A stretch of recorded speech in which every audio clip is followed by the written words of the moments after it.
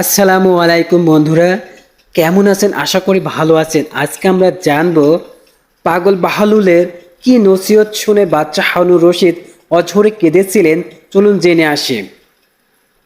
একবার হযরত বাহালুল রহমতুল্লাহ আলাই সাথে বাদশাহ হারুনুর রশিদের সাক্ষাৎ হয়।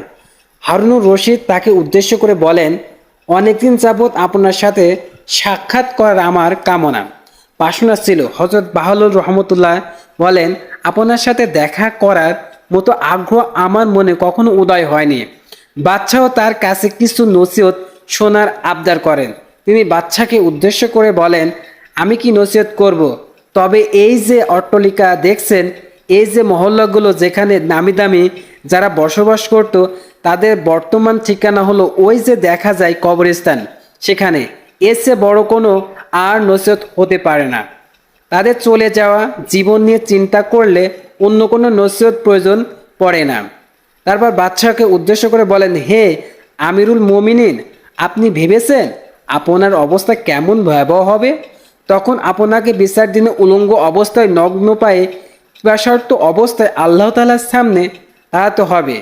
ছোট থেকে ছোট বিষয়েও আপনাকে আল্লাহ তাআলার কাছে জবাব দিতে হবে। লোকজন চেয়ে চেয়ে আপনাকে দেখবে আর হাসতে থাকবে। এই নসিহত শুনে বাদশা কাঁদতে শুরু করে, কেননা কাঁদতে কাঁদতে হেঁচকি দিতে শুরু করেন, ধুক ধুক করে কান্না করতে থাকেন।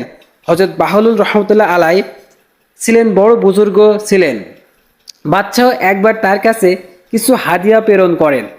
তিনি সেগুলো ফিরিয়ে দেন এবং বলে দেন যে আপনি এগুলো যাদের কাছ থেকে নিয়ে এসেছেন তাদেরকে ফিরিয়ে দেন, যেন হাসরের দিন এই ব্যাপারে আপনার জবাবদিহি করতে না হয়। আর সেদিন আপনার কাছে পাওনাদারকে সন্তুষ্ট করার মতো কোনো পাথেও থাকবে না। বাদশাহ হারুনুর রশিদ এই কথা শুনে কাঁদতে শুরু করেন। বাদশাহ হারুনুর রশিদ নিজেও বড় আলেম ছিলেন, হাদিস বিশারদ ছিলেন, সুবিচারক বাদশাহ ছিলেন।